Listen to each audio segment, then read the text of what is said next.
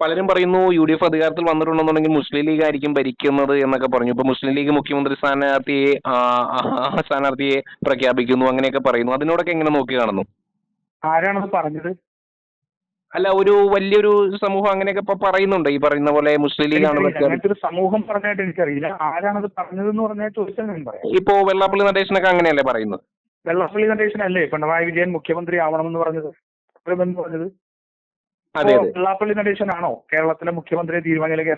CPM ഭരണത്തിൽ വന്ന CPM ഭരിക്കുന്ന സർക്കാരിനെ ഭരിക്കുന്ന വെള്ളാപ്പള്ളി നടേശൻ എന്ന് പറയുന്നത് ഒരു തീവ്രവാദിയാണോ? ആ തീവ്രവാദിയല്ലേ പറഞ്ഞത് പിണറായി വിജയൻ അധികാരത്തിൽ ഈ കാലം മുഴുവൻ പറഞ്ഞത്? അപ്പോൾ മുസ്ലിം ലീഗിന്റെ ഒരു മുഖ്യമന്ത്രി അല്ലെങ്കിൽ UDFന്റെ വന്നാൽ മുസ്ലിം ലീഗ് ഭരിക്കുന്നു പറയാനായിട്ട്, മുസ്ലിം ലീഗ് ഞങ്ങളുടെ ഒരു രാഷ്ട്രീയമായ ഘടകകക്ഷിയാണെന്നേ. ഈ വർഗീയവാദിക്ക് എന്താണ് CPM അധികാരത്തിലേക്ക് വരുമ്പോ പിണറായി വിജയനായിരിക്കും ഭരിക്കേണ്ടത് ഈ വർഗീയവാദിക്ക് എന്താ അവകാശമുള്ളത്? അപ്പോ ആ വർഗീയത CPM മുസ്ലിം എന്ന് പറയാൻ വേണ്ടിയിട്ടുള്ള നാവാണ് വെള്ളാപ്പള്ളി നടേശൻ. അദ്ദേഹത്തിന്റെ താല്പര്യങ്ങൾക്ക് വേണ്ടിയിട്ട് പലതും മാറ്റിയും പറയും, തിരിച്ചും പറയും. അതുകൊണ്ട് മുസ്ലിം ലീഗ് ഞങ്ങളെ സംബന്ധിച്ചോളം ഏറ്റവും പ്രധാനപ്പെട്ട ഘടകകക്ഷിയാണ്. ആ മുസ്ലിം ലീഗിന് നിർണായകമായ സ്വാധീനം ഉണ്ടാവും. അവർക്ക് അർഹിക്കുന്ന വകുപ്പുകൾ ഉണ്ടാവും. ഞങ്ങളുടെ ഘടകകക്ഷികൾ ഞങ്ങളെ സ്വാധീനിക്കുന്നു പറഞ്ഞാൽ എന്താ കുഴപ്പം?